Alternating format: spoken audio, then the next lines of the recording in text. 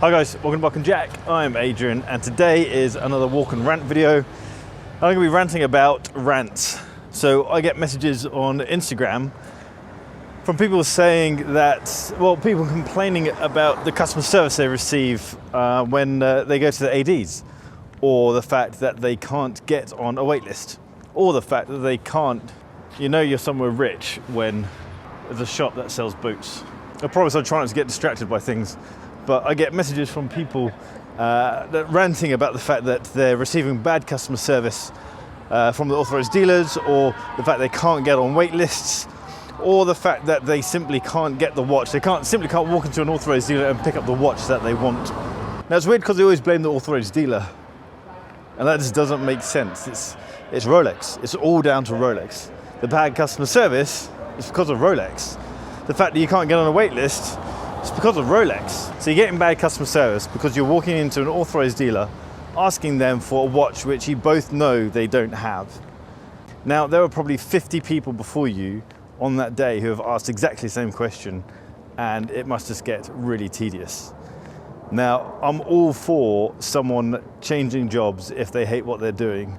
However, all jobs have a bullshit factor, and being asked whether you have a waitlisted watch in stock is just one of those bullshit factors for ADs, unfortunately. Now, the reason you're not being put on the wait list is because there are so many people in front of you, people who are guaranteed sales. Now, this is Rolex's fault because they create waitlisted watches. They choke supply to increase the demand. It's what nearly all luxury brands do, and it's just part of the game.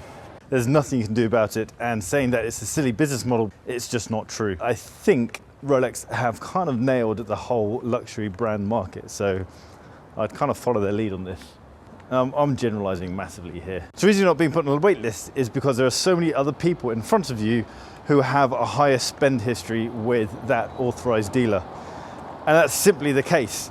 You can moan as much as you want about how having you as a client is gonna increase their business somehow because you've been working hard for this watch, you're about to retire, and this is going to be your retirement present to yourself.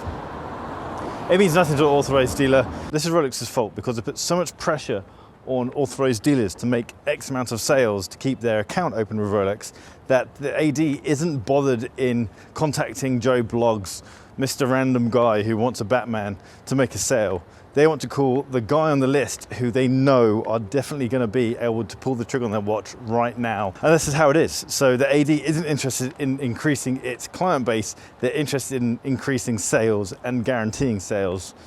And that's why it's Rolex's fault, not the ADs. This place is bloody beautiful. So the final thing is you getting grumpy that you can't walk into an authorized dealer and pick up the watch you want. Now, of course, this is Rolex's fault because they've put that watch on a wait list. They've choked supply and your demand for that watch has gone up. As being humans, Apple does this, Hermes does this, everyone does this. Now, as being humans, we always want what we can't have. And Rolex or that authorized dealer suddenly just said, no, that black Submariner, it's not in stock, you can't have it. How about the State Just, or how about this Air King? This obviously doesn't cut it because you've got your heart set on that Submariner. Now, you can't leave the authorized dealer having a bitch and a moan because you're the one who's chosen this watch. Now, it might be news to you that you can't just walk into an authorized dealer and pick up a watch, but unfortunately, that's just the game. Holy shit.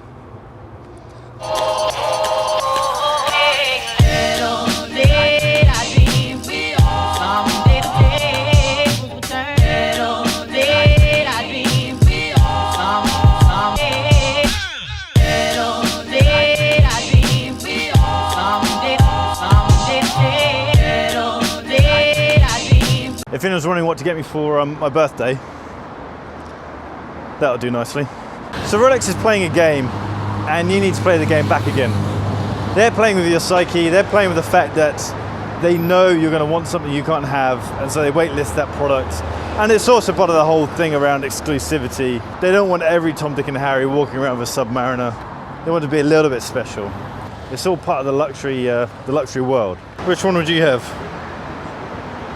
Oh, it'd have to be that yellow Lambo at the end. Jeez Louise. So my advice to someone who wants a waitlisted watch is Rolex are playing the game, so you need to play the game. Now your game is to get on as many waitlists as possible. Get a map out and map out all the authorized dealers within your area within a reasonable distance for you to travel and contact all of them. Yes, 80% of them are just going to laugh at you and refuse to take your details, but there will be 20% of them who are interested and will at least take your details down. And that is half the challenge. Once your details are down, then it's just a waiting game. But keep hassling them, keep contacting them, and get yourself on more wait lists, and something will happen. Now, if you really want a waitlisted watch, then you could go down the route of buying pre-owned and paying the premium, but I really wouldn't advise that. I think it's a very, very poor use of money, but at the end of the day, it's your money and you can do whatever the hell you want with it.